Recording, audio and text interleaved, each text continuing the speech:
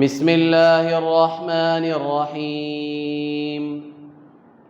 لقد من اللہ علی المؤمنین اذ بعث فیہم رسولا من انفسہم يتلو عليهم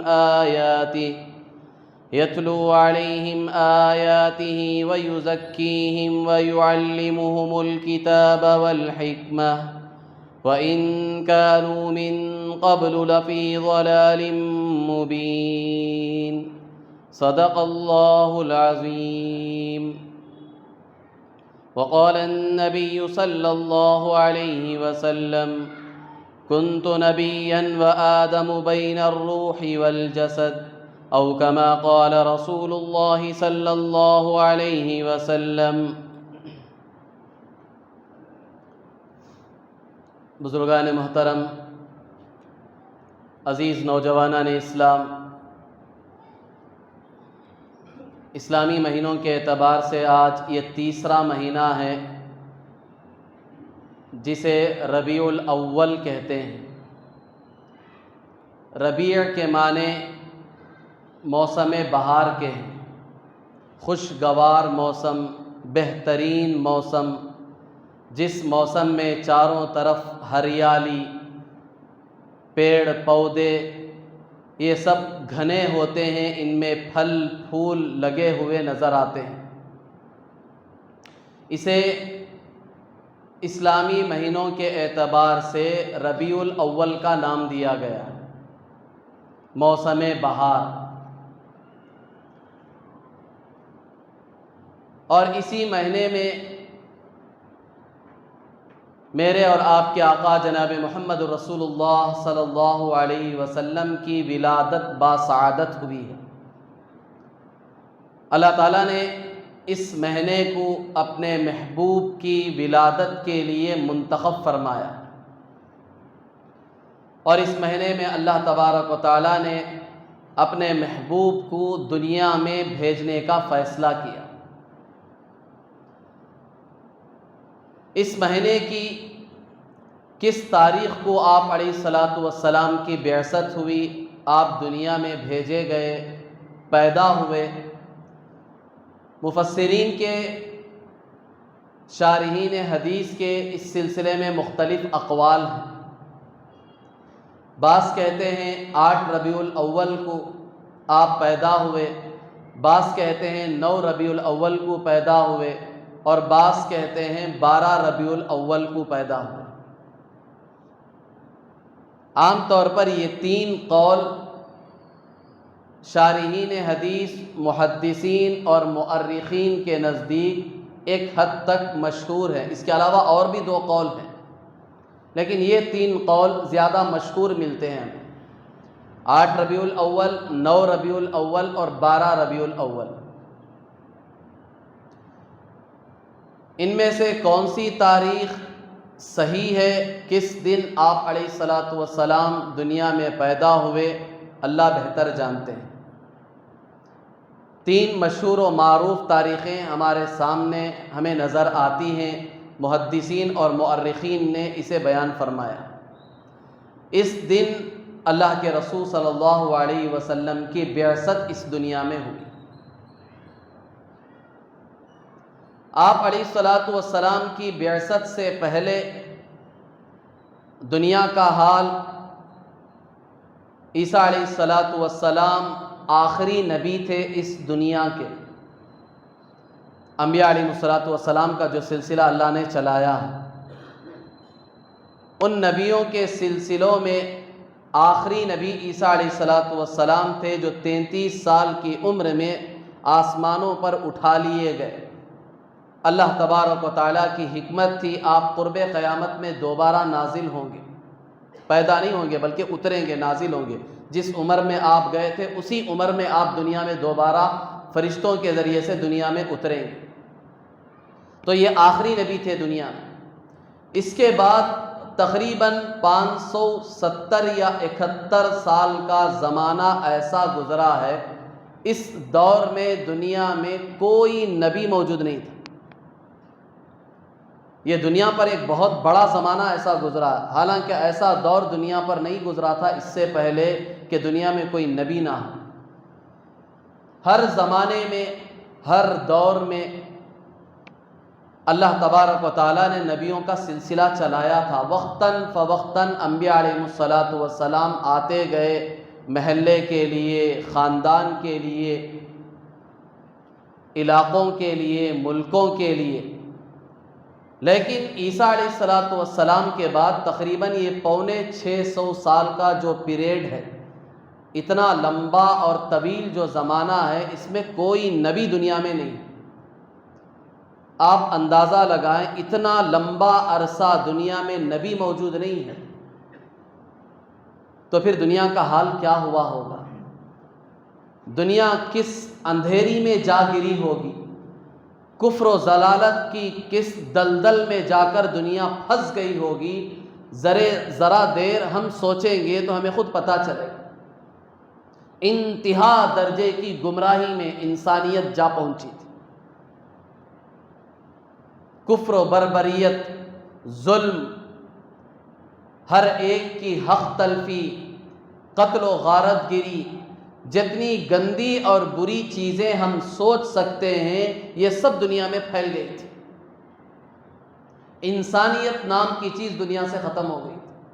بالکل چاروں طرف تاریکی چھا گئی تھی۔ ایک لمبا زمانہ ہے، 600 سال کا زمانہ، اس میں تو کئی نسلیں، کئی خاندانیں، کئی پشت گزر جاتی ہیں۔ صرف 50 سال کے عرصے میں ہم 4 پشتوں کو دیکھ لیتے ہیں۔ صرف 50 سال کے عرصے میں 4 پشتیں آ جاتی ہیں، پردادا، دادا، باپ، بیٹا، 4 پشتیں 50 سال کے اندر آ جاتی ہیں۔ یہ تو تقریباً 600 سال کا زمانہ گزرا ہے۔ کتنی پشتیں، کتنی نسلیں گمراہی کے دور سے گزری ہیں۔ اور جب اللہ کے رسول صلی اللہ علیہ وسلم کو بھیجنے کا اللہ تعالیٰ نے ارادہ فرمایا تو تقریباً 50 دن یا 55 دن پہلے، 55 کے معنی 50 پر 5 دن،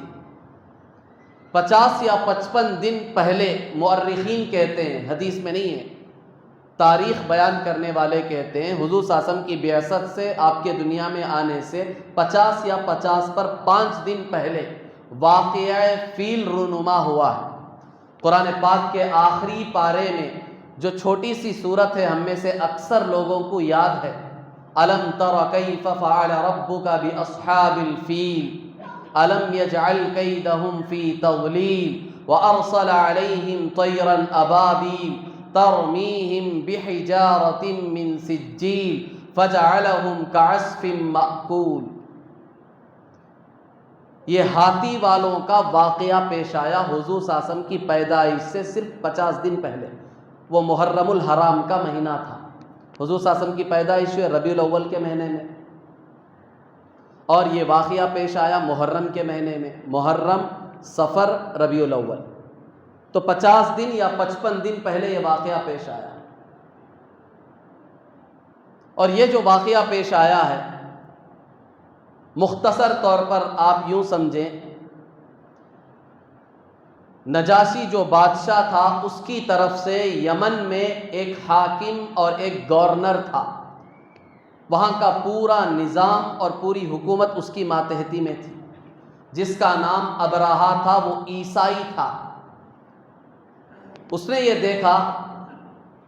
کہ دنیا بھر کے لوگ اور خاص طور پر عرب سب بیت اللہ کی طرف متوجہ ہیں، ہر سال مکہ مکرمہ جاتے ہیں اور وہاں جا کر بیت اللہ کا طواف کرتے ہیں، اگرچہ کہ ان کا طور طریقہ طواف کا اور حج کا وہ نہیں تھا جو آج ہم کرتے ہیں۔ بہرحال طواف کی شکلیں تھیں، ننگے بدن طواف کرتے تھے تاکہ سارے گناہ مٹ جائیں، دھل جائیں، الگ طور طریقے تھے۔ تو یہ ابرہہ جو عیسائی بادشاہ حاکم تھا، اس نے یہ سوچا کہ پوری دنیا کی توجہ مکۃ المکرمہ میں جو یہ اللہ کا گھر جسے بیت اللہ کہتے ہیں، بالکل سیدھا سادہ ڈھانچہ ہے، اس کی طرف ہے۔ سب دنیا کے کونے کونے سے اس کے پاس آتے ہیں، بڑی عظمت کی نگاہوں سے پوری دنیا کے انسان اسے دیکھتے ہیں، تو اسے یہ برداشت نہ ہو سکا۔ اس نے خود اپنے یہاں یمن میں ایک کنیسہ، جسے آپ گرجا گھر اور آج کے زمانے میں آپ اسے کیا کہہ سکتے ہیں، جو عیسائیوں کا عبادت خانہ ہے، چرچ جسے ہم کہتے ہیں، وہ اس نے تعمیر کیا خود یمن میں، اور اسے بڑے ہی خوبصورت انداز میں اس نے تعمیر کیا، رو رنگن کر کے ہر اعتبار سے اسے ظاہری زینت بخشی تاکہ ساری دنیا کی توجہ بیت اللہ سے ہٹ کر اس کی طرف ہو جائے۔ جب عربوں کو اس کی اطلاع ملی کہ بیت اللہ کے مقابلے میں ایک گھر، ایک چرچ یمن میں بنایا گیا ہے، تو ان سے رہا نہیں گیا۔ مورخین لکھتے ہیں کہ ایک نوجوان اس چرچ میں آیا اور اس نے اس چرچ کو غلاظت کے ذریعے سے گندا کیا۔ بعض مورخین کہتے ہیں عرب کے چند نوجوان آئے اور اسی چرچ کے سامنے انہوں نے آگ جلائی اور ہوا کا جھونکا آیا اور آگ جا کر اس گرجا گھر کو لگی، اس چرچ کو لگی اور بہت زیادہ اسے نقصان پہنچا۔ دونوں صورتیں ہو سکتی۔ اس کی اطلاع ابرہہ کو ملی کہ اس طرح عرب نوجوانوں نے ہمارے گھر کو، ہمارے چرچ کو، عبادت خانے کو نقصان پہنچایا، تو اب وہ بڑا طیش میں آیا، غصے میں آیا اور اسے بدلہ لینے کی ٹھانی کہ اب بیت اللہ کو میں ڈھاؤں گا، اسے منہدم کروں گا، نعوذ باللہ۔ چنانچہ اس نے ہاتھیوں کا ایک لشکر، بہت بڑا لشکر لیا اور اسے لے کر مکے کی طرف چلا تاکہ بیت اللہ کو نعوذ باللہ منہدم کرے، اسے اینٹ کی اینٹ بجا دے۔ اس وقت بیت اللہ کے جو متولی تھے، جو ذمہ دار تھے، بیت اللہ کی جو نگرانی کرتے تھے، وہ حضور صلی اللہ علیہ وسلم کے دادا عبد المطلب تھے۔ سب لوگ انہیں بڑی عزت کی نگاہ سے دیکھتے تھے اور بیت اللہ کے ذمہ دار بھی تھے، وہاں کی پوری نگرانی ان کے ذمے تھی۔ راستے میں ان کے اونٹ، بکریاں وغیرہ چر رہے تھے۔ ابرہہ جب حملہ کرنے کے لیے ہاتھیوں کا لشکر لے کر آیا تو راستے میں انہیں یہ اونٹ نظر آئے تو اس نے اونٹوں کو اپنے قبضے میں لے لیا۔ یہاں حضور صلی اللہ علیہ وسلم کے دادا عبد المطلب کو اطلاع ملی کہ اس طرح عیسائی بادشاہ پورا ہاتھیوں کا لشکر لے کر چلا ہے یہاں بیت اللہ پر حملہ کرنے کے لیے، اور راستے میں اس نے ہمارے اونٹوں پر بھی قبضہ کر لیا۔ 200 اونٹ تھے۔ تو دادا عبد المطلب نے سارے قریش کو جمع کیا، جمع کر کے کہا کہ دیکھو اس کا مقابلہ ہم بظاہر نہیں کر سکتے،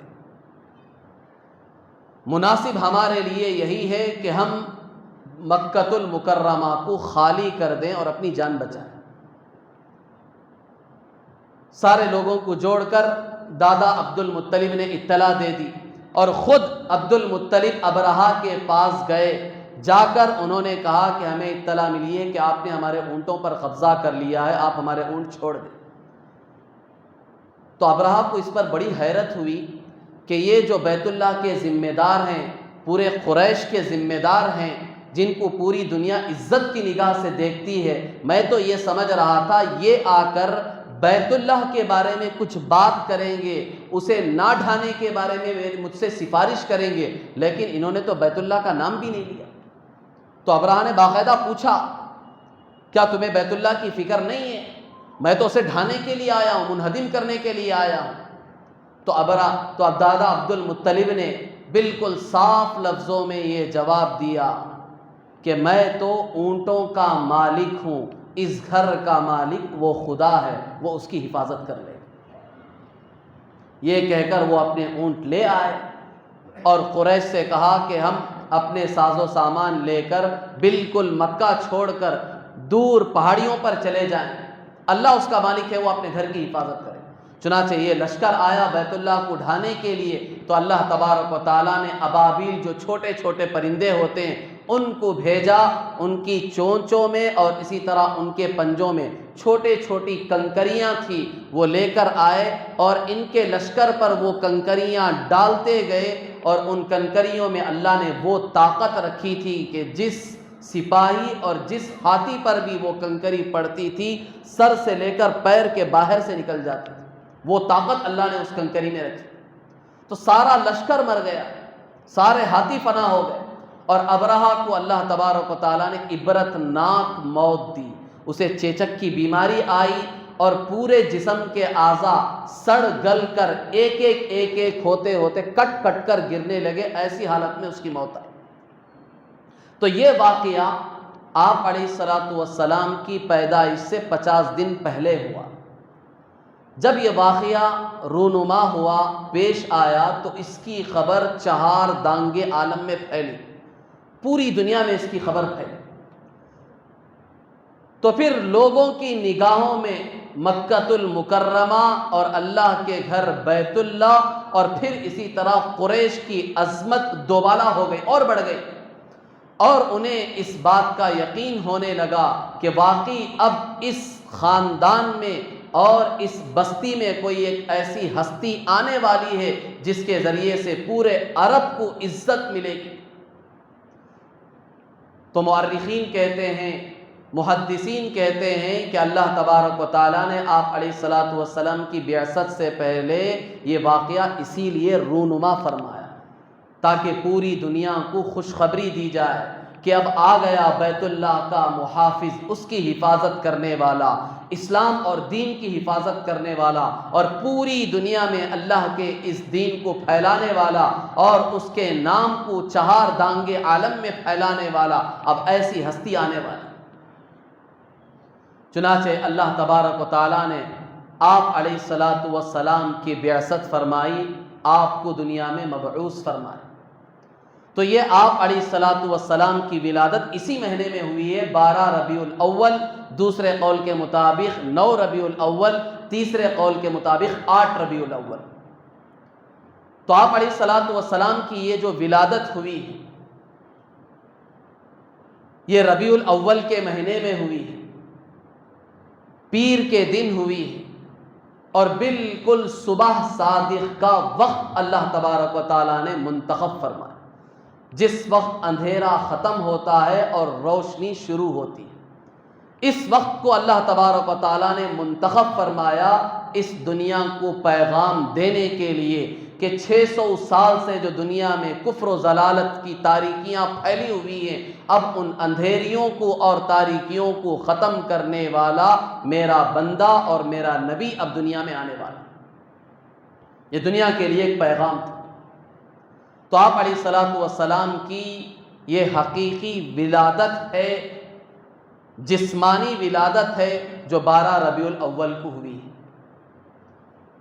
اور بعض علماء کہتے ہیں آپ علیہ الصلوۃ والسلام کی ایک دوسری ولادت ہوئی ہے، وہ آپ کی عمر جب 40 سال کی تھی، وہ آپ کی روحانی ولادت ہوئی۔ تو آپ علیہ الصلوۃ والسلام کی 2 ولادتیں ہیں، ایک جسمانی اعتبار سے، ایک روحانی اعتبار سے۔ اور آپ علیہ الصلوۃ والسلام کی یہ دونوں ولادتیں کامل درجے کی ولادتیں تھیں۔ اس ولادت میں آپ کا کوئی ثانی نہیں تھا۔ 12 ربیع الاول کو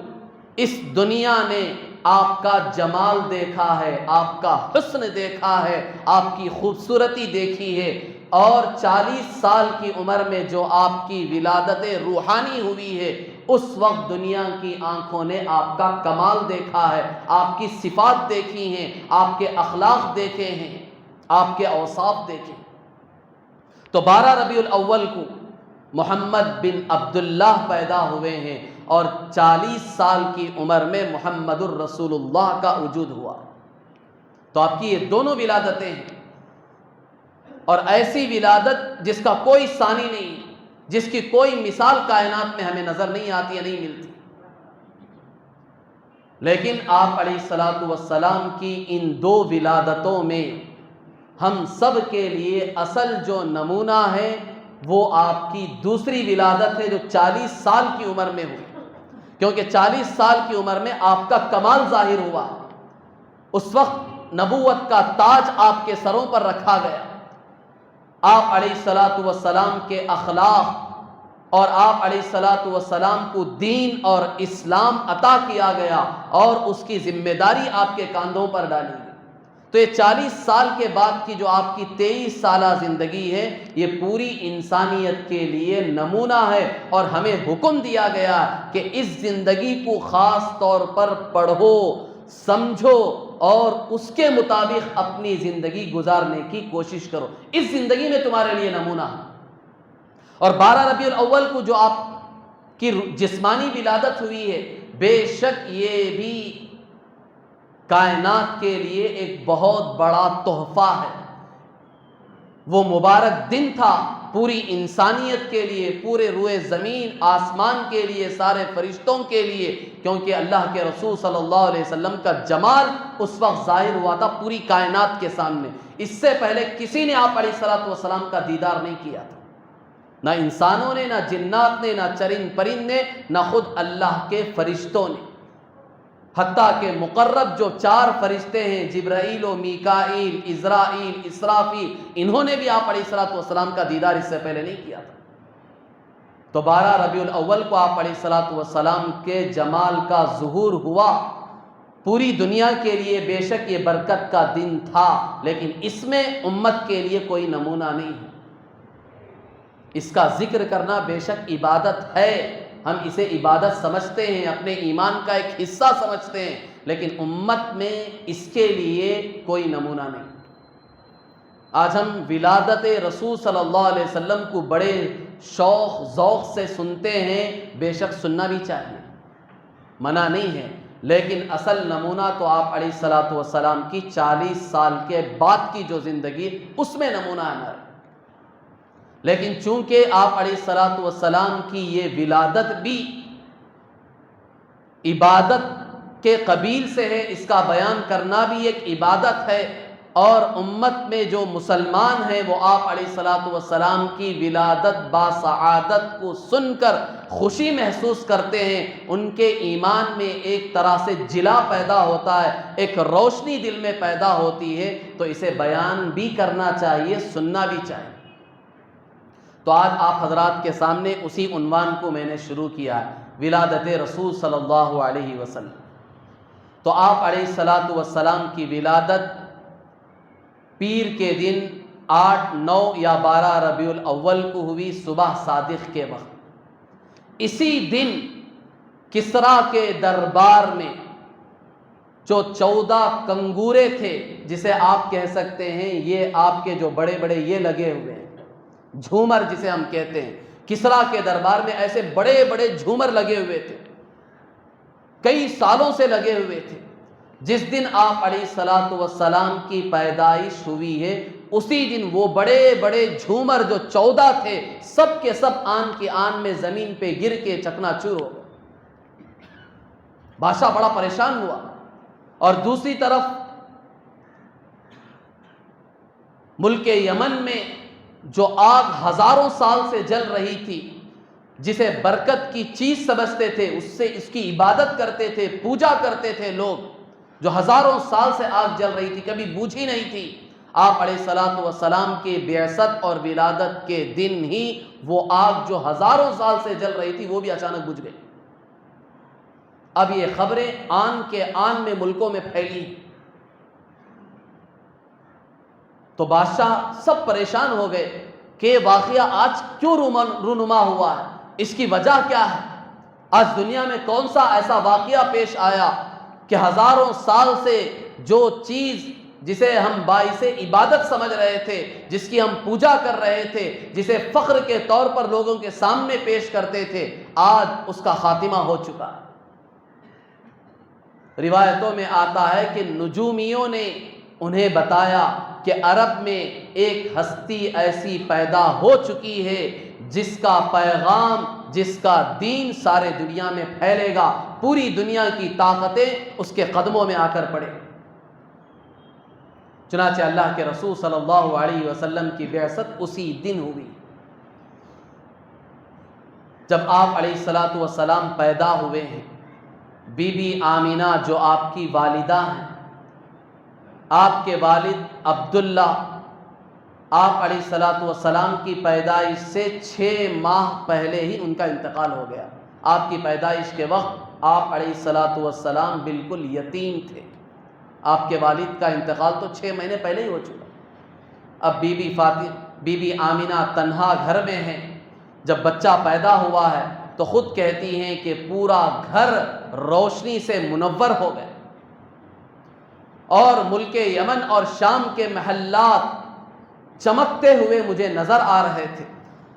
اور آسمان کے ستارے ایسا لگ رہا تھا کہ ٹوٹ کر میرے گھر میں گر جائیں گے، سب جھک رہے تھے میرے گھر پر.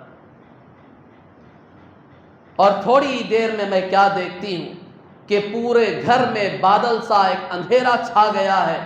اور بچہ اچانک میرے ہاتھوں سے غائب ہے. غیب سے آواز آئی، طوفوا بہ مشارق الارض ومغاربها، کہ اس بچے کو لے جاؤ اور پوری دنیا کی سیر کرا کے لاؤ، مشرق و مغرب دکھاؤ اسے کہ اب اس جگہ صرف اس ایک کی حکومت چلنے والی ہے، صرف اس ایک ہستی کا پیغام جانے والا، صرف اس ایک ہستی ہی کا دین اب پورے روئے زمین پر چلے.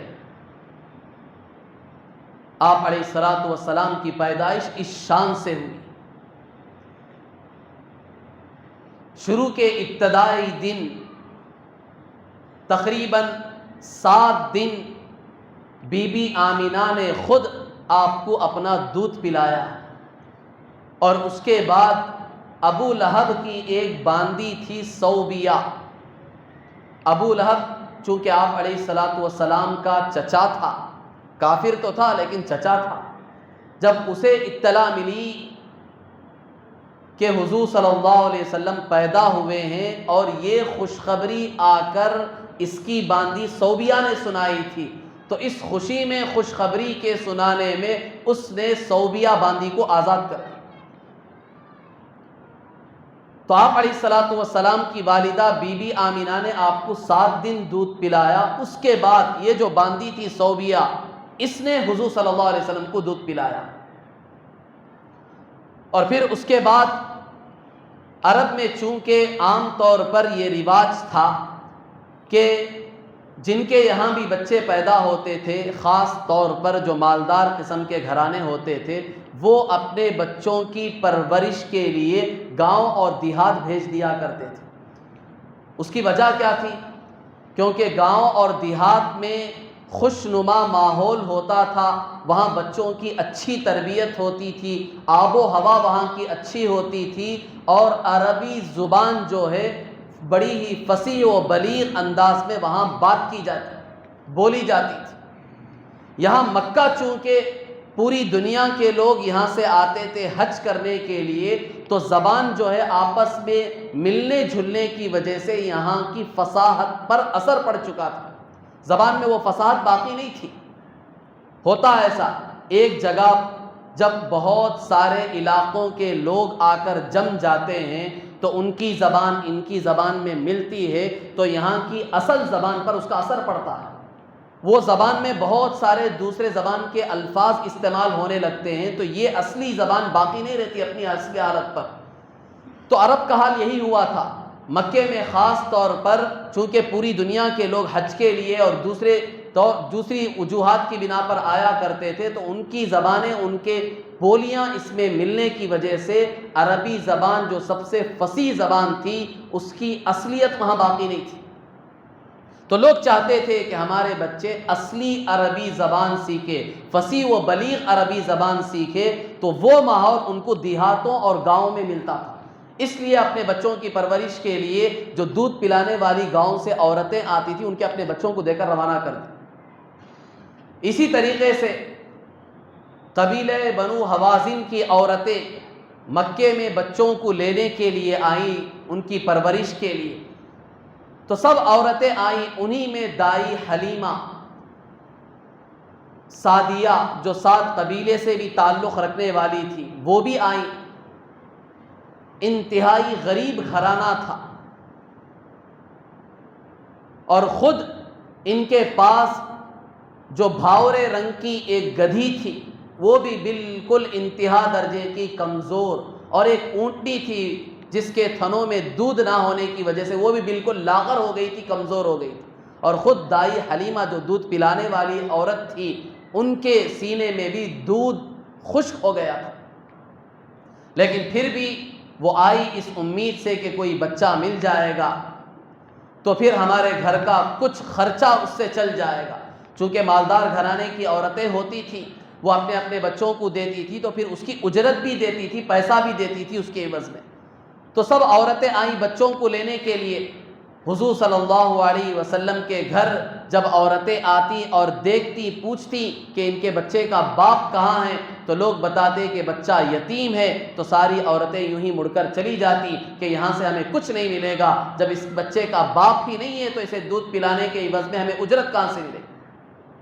ساری عورتیں چلی گئی دوسرے گھرانوں سے بچے لے کر۔ بی بی آمنہ بڑی پریشان تھی کہ میرے بچے کو گود لینے والا کوئی نہیں۔ اور اس وقت دائی حلیمہ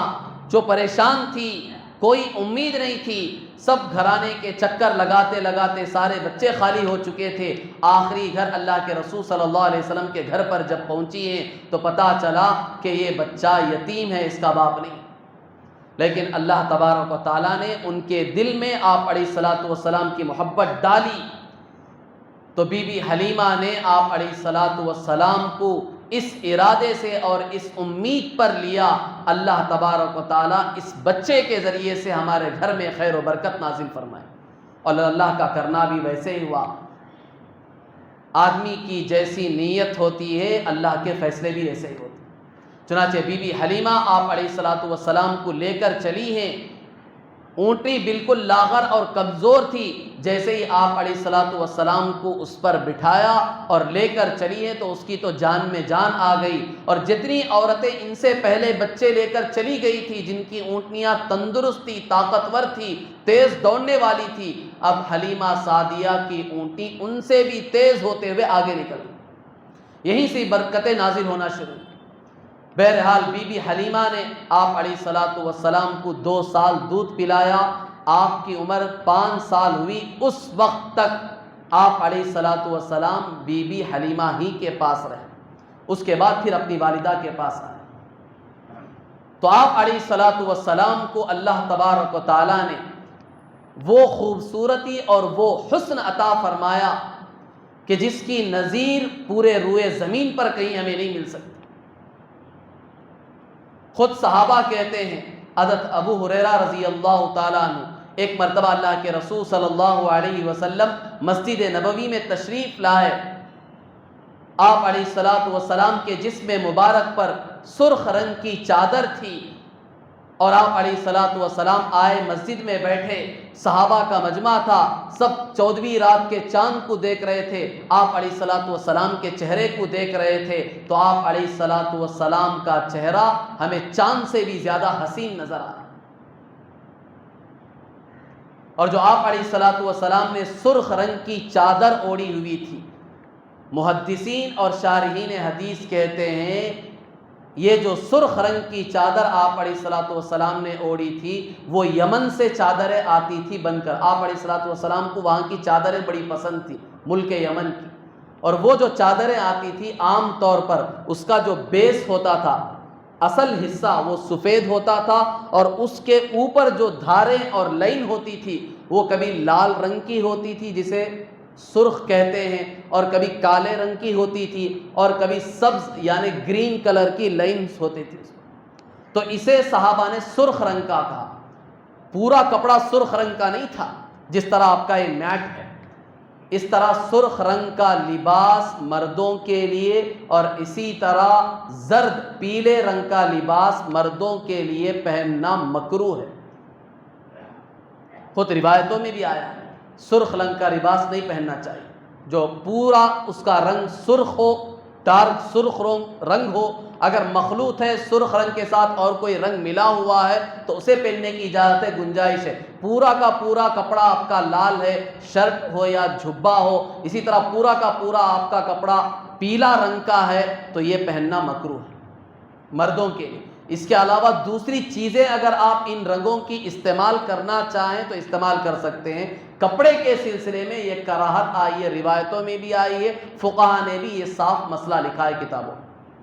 بہرحال آپ علیہ الصلاۃ والسلام کے حسن کے بارے میں ابو ہریرہ رضی اللہ تعالیٰ عنہ یہ بیان کرتے ہیں کہ چاند سے زیادہ آپ حسین تھے۔ اور صحابہ نے جو آپ علیہ الصلاۃ والسلام کا یہ حسن بیان فرمایا جیسے حسان بن ثابت رضی اللہ تعالیٰ شاعر رسول تھے، انہوں نے 2 شعر میں آپ علیہ الصلاۃ والسلام کے حسن کو بیان کرنے کی کوشش کی، آنکھوں دیکھا حال انہوں نے بیان کیا۔ میں نے بھی صرف سنا ہے، آپ بھی صرف سن رہے ہیں، صحابہ نے تو اپنے آنکھوں سے دیکھا ہے، وہ دیکھی ہوئی چیز وہ بیان کر رہے ہیں۔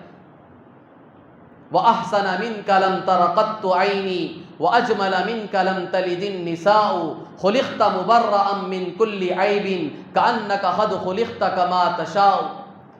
اللہ کے رسول صلی اللہ علیہ وسلم سے زیادہ حسین آج تک کسی آنکھ نے دیکھا نہیں ہے، ایسا حسین کسی آنکھ نے آج تک دیکھا نہیں ہے، نہ قیامت تک دیکھ سکے گا۔ وَأَجْمَلَ مِنْكَ لَمْ تَلِدِ النِّسَاءُ، اور آپ سے زیادہ خوبصورت کسی عورت نے بچے کو آج تک جنا نہیں ہے، پیدا نہیں کیا۔ خلقت مبرأ من کل عیب، اللہ تبارک و تعالیٰ نے آپ کو ہر عیب سے پاک پیدا کیا تھا۔ کأنک قد خلقت کما تشاء، ایسا لگتا تھا کہ اللہ تبارک و تعالیٰ سے رسول اللہ صلی اللہ علیہ وسلم نے خود کہہ کر اپنے آپ کو بنوایا تھا کہ میری ناک ایسی ہونی چاہیے، میری پلکیں ایسی ہونی چاہیے، میرے بھون ایسے ہونے چاہیے، میرے بال ایسے ہونے چاہیے، میرے رخسار ایسے ہونے چاہیے، میرا سر ایسا ہونا چاہیے، میری انگلیاں ایسی ہونی چاہیے۔ ایک ایک عضو گویا کہ اللہ کے نبی نے اللہ سے خود بول کر بنوایا تھا۔ ایسا لگتا تھا ہمیں کہ کسی ایک عضو میں بھی، کسی ایک پارٹ میں بھی آپ عیب نہیں بتا سکتے۔ دنیا کے بڑے سے بڑا خوبصورت انسان کو آپ سامنے لا کر کھڑا کر دیں، کوئی نہ کوئی عیب تو آپ اس میں ضرور نکالیں۔ ہر اعتبار سے آپ کو اچھا لگ رہا ہے، کہیں نہ کہیں آپ کو کمی نظر آئے گی۔ ناک تھوڑی سی اور لمبی ہوتی تو اچھا تھا، آدمی عیب نکالے گا۔ پلکیں اور تھوڑی بڑی ہوتی تو اچھا تھا، اس کا قد اور تھوڑا سا لمبا ہوتا تو اور زیادہ یہ خوبصورت نظر آتا۔ دنیا کے سب سے حسین اور خوبصورت شخص کو بھی آپ لا کر کھڑا کر دیں، اس میں آپ کو عیب ضرور نظر آئے گا کہیں نہ کہیں۔ لیکن صحابہ کہتے ہیں اللہ کے محبوب میں عیب نام کی چیز ہی نہیں تھی۔ ہم نے اپنی آنکھوں سے دیکھا تھا اللہ کے محبوب، اور صحابہ کا مزاج غلط بیانی نہیں تھی، جھوٹ کبھی ان کی زبان پر نہیں آیا۔ خدا کی قسم، جو دیکھا تھا، جو کہا تھا وہ 100% صحیح، بالکل سچ تھا۔ تکلف نام کی چیز صحابہ میں نہیں تھی، بڑا چڑھا کر بولنا، محبت میں آدمی ہر ایک کو بڑا چڑھا دیتا، یہ صحابہ کا مزاج نہیں تھا۔ جو بیان کیا تھا اللہ کے رسول صلی اللہ علیہ وسلم کا وہ حسن، وہ بیان کیا تھا جو آنکھوں سے دیکھا تھا۔ اور اس سے آگے کی بات بتاؤں، تفسیر قرطبی میں امام قرطبی رحمۃ اللہ علیہ کہتے ہیں کہ اللہ کے رسول صلی اللہ علیہ وسلم کا صحیح حسن، صحیح خوبصورتی تو صحابہ نے بھی نہیں دیکھی تھی۔ اللہ تبارک و تعالیٰ نے تو اس پر پردہ ڈال دیا تھا، وہ پردے کے اوپر سے دیکھا تھا۔ پردہ کا مطلب ایسا نہیں کہ کوئی چادر آپ نے اوڑھ لی تھی، نہیں، وہ اللہ تبارک و تعالیٰ نے ایک غیبی پردہ آپ کے حسن پر ڈال دیا تھا۔ صحابہ جو دیکھ کے آپ کے حسن کے دیوانے ہوئے تھے، وہ پردے کے اوپر کا حسن تھا۔ وہ اگر پردے کے اندر کا صحیح حسن دیکھ لیتے تو صحابہ سب کے سب دین کیا سیکھتے، پاگلوں کی طرح جنگلوں میں بھاگ جاتے۔ آدمی جب کسی پر انتہا درجے کا فریفتہ ہو جاتا ہے تو اسے دنیا بھول جاتی ہے، نہ اسے کھانا یاد رہتا ہے، نہ اسے پانی یاد رہتا ہے، نہ اسے رشتہ دار یاد رہتے ہیں، نہ ماں باپ یاد رہتے۔ دنیا کے پاگلوں کو، عاشقوں کو آپ نے دیکھا ہوگا، جن کی داستانیں آپ سنتے بھی ہیں، معلوم بھی ہیں۔ یہ عشق ایسی بلا ہے کہ جب آدمی انتہا درجے سے عشق میں پڑ جاتا ہے تو پھر وہ اس سے فائدہ نہیں اٹھا سکتا، وہ اپنے آپ کو بھی بھول جاتا ہے۔ تو اگر صحیح معنوں میں، علامہ قرطبی کہتے ہیں کہ صحابہ اگر صحیح معنوں میں اللہ کے نبی کا حسن دیکھ لیتے، اس کا دیدار کر لیتے، تو پھر یہ دین ہم تک نہ پہنچتا اور خود نہ صحابہ دین سیکھ سکتے، ایسے فریفتہ ہو جاتے اللہ کے نبی پر۔ تو اللہ تعالیٰ نے اس پر پردہ ڈال دیا کہ اس پردے کے اوپر سے دیکھو میرے نبی اور میرے محبوب کے حسن، اس کے حسن کی انتہا کیا ہے دیکھو۔ تو صحابہ نے دیکھا اور بیان کی، ایک ایک عضو آپ علیہ الصلاۃ والسلام کے ایک ایک عضو کا حسن صحابہ نے بیان کیا۔ مدارس میں جو کتاب پڑھائی جاتی ہے، ترمذی شریف، اس کے بالکل آخر میں ایک حصہ ہے جسے شمائل ترمذی کہتے ہیں، اس میں آپ علیہ الصلوۃ والسلام کا پورا حسن کا نقشہ کھینچا گیا ہے۔ علماء نے باقاعدہ اس پر کتابیں لکھی ہیں کہ آپ علیہ الصلوۃ والسلام کا حسن کیسا تھا، سارے اعضاء کے بارے میں پورا نقشہ کھینچا ہے۔ آپ علیہ الصلوۃ والسلام کا جو سر مبارک تھا وہ عام سروں کے مقابلے میں تھوڑا سا بڑا تھا، جس میں عیب نہ ہو، اور آپ علیہ الصلوۃ والسلام کے بال بالکل نہ گھنگرالے تھے اور بالکل نہ ملائم ہو کر جھکے ہوئے تھے، دونوں کے درمیان میں تھے۔ اور آپ علیہ الصلوۃ والسلام کی پیشانی مبارک تھوڑی سی چوڑی تھی، اور آپ کے یہ جو بھوں ہیں جسے ہم بھوں کہتے ہیں، حاجب کہتے ہیں عربی میں، یہ آپ علیہ الصلوۃ والسلام کے بالکل خمدار تھے جو حسن کی انتہا کو بتاتے ہیں، اور درمیان میں یہ بال جڑے ہوئے نہیں تھے کیونکہ درمیان میں بال مل جاتے ہیں تو عیب کی طرح محسوس ہوتا، یہاں بالکل درمیان میں خالی حصہ تھا، اور یہاں ایک رگ تھی، جب آپ علیہ الصلوۃ والسلام کسی وجہ سے ناراض ہوتے تھے تو وہ رگ یوں پھولتی تھی ایسے، اور آپ علیہ الصلوۃ والسلام کی آنکھیں بڑی بڑی تھیں، اور اندر کی جو سیاہ پتلی ہوتی ہے وہ بالکل سیاہ تھی، اور سفیدی بھی بالکل سفیدی تھی، اور اس کے اندر ہلکی ہلکی لال لال ڈوریں تھیں، ہلکے ہلکے رنگ کی لکیریں تھیں سفیدی، اور آپ علیہ الصلوۃ والسلام کی یہ جو پلکیں تھیں وہ لمبی لمبی تھی، یہ بھی حسن کی علامت ہوتی، اور اللہ تعالیٰ نے ان پلکوں کو ایسا بنایا تھا کہ سرما لگائے بغیر بھی ایسی لگتی تھی کہ آپ نے سرما لگایا، حالانکہ آپ علیہ الصلوۃ والسلام کی سنت بھی تھی سرما لگانا، لیکن سرما لگانا پلکوں پر سنت نہیں ہے۔ ہم سب کہاں لگاتے ہیں سرما؟ پورا پلکوں پر لگا کر ایسے لگتا ہے عجیب نمونہ نظر آتے ہیں۔ جمعہ کے دن عام طور پر جو سرما لگا کر آتے ہیں وہ ایک عجیب عجیب طریقے سے نمونے نظر آتے ہیں، پورا آنکھ کے باہر لگا کے پلکوں پہ تھوپ کے لاتے ہیں۔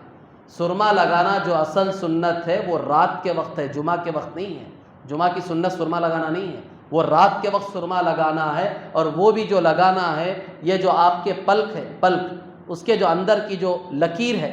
اس لکیر پہ لگانا ہے تاکہ وہ سرما آپ کے آنکھوں کے اندر ٹچ ہو، جس کی وجہ سے آپ کے آنکھوں کی بیماری بھی ختم ہو اور اس میں روشنی میں بھی اضافہ ہو، اس کے لیے سرما لگا۔ ہم تو پورا سرما باہر تھوپ کے لاتے ہیں خوبصورت دکھنے کے۔ تو اللہ کے رسول صلی اللہ علیہ وسلم کی پلکیں اللہ نے ایسی بنائی تھی کہ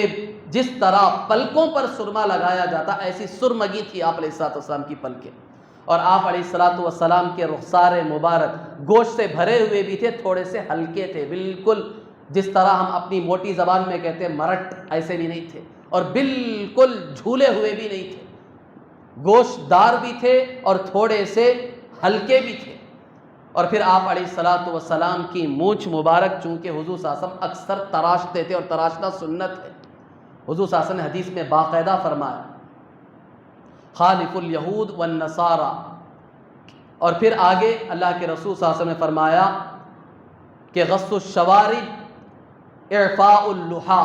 اپنی داڑھیوں کو بڑھاؤ اور مونچھوں کو چھوٹا کرو، یہ سنت ہے۔ تو آپ علیہ الصلوۃ والسلام کی مونچھیں ہمیشہ تراشی ہوئی ہوتی تھی، اور داڑھی مبارک آپ علیہ الصلوۃ والسلام کی بالکل گھنی تھی، بھری ہوئی تھی، اور آپ علیہ الصلوۃ والسلام کے ہونٹ بھی تھوڑے سے لمبے تھے، اور دانت مبارک میں درمیان میں باریک باریک سہان تھا۔ جب آپ علیہ الصلوۃ والسلام مسکراتے تھے، خود صحابہ کہتے ہیں اور آپ کی ازواج مطہرات کہتے ہیں، رات کی تاریکیوں میں بھی ہمیں جب آپ علیہ الصلوۃ والسلام مسکراتے تھے تو دیوار پر روشنی چمکتی ہوئی نظر آتی، مسکراتے تھے دانتوں کے درمیان سے ایک عجیب قسم کی روشنی نکلتی، اور آپ علیہ الصلوۃ والسلام کی جو گردن مبارک ہے وہ ایسی تھی جیسے کہ ہاتھی دان سے تراشی ہوئی گردن ہوتی، اور بعض صحابہ نے اسے تشبیہ دی ہے مورتی کی گردن، جس طرح تراشی ہوئی ہوتی، بالکل صاف شفاف ایسی گردن آپ علیہ الصلوۃ والسلام کی تھی، اور یہ جو مونڈے آپ علیہ الصلوۃ والسلام کے تھوڑے سے ابھرے ہوئے تھے اور بالکل چوڑے تھے، اور سینہ مبارک بھی کشادہ تھا، اور آپ علیہ الصلوۃ والسلام کا جو پیٹ مبارک ہے وہ بالکل سینے کے برابر تھا، سامنے آیا ہوا نہیں تھا، نہ بالکل اندر گیا ہوا، سامنے آنا بھی عیب ہے، بالکل اندر چلا جانا یہ بھی عیب ہے، بالکل برابر تھا، اور سینے سے لے کر ناف تک جہاں ہم نماز میں رکعت باندھتے ہیں یہاں تک بالوں کی ایک ہلکی سی لکیر تھی، اور آپ کے بغل مبارک صحابہ خود کہتے ہیں ایک مرتبہ حضور صلی اللہ علیہ وسلم چادر اوڑھے ہوئے بیٹھے تھے، کسی چیز کی طرف اشارہ کرنے کے یوں آپ نے ہاتھ اٹھایا اور چادر گری، اور ہم نے آپ علیہ الصلوۃ والسلام کے بغل مبارک کو دیکھا تو چاندی کی طرح سفید چمک رہے تھے، بال نام کی چیز وہاں نہیں تھی، بالکل سفید چاندی کی طرح، سلور کی طرح چمک رہے تھے آپ کے بغل مبارک، اور یہاں کلائیوں پر ہلکے سے بال تھے آپ علیہ الصلوۃ والسلام، اسی طرح پنڈلیوں پر بھی ہلکے سے بال تھے، اور آپ علیہ الصلوۃ والسلام کے یہ جو ہتھیلیاں تھیں پر گوشت تھیں،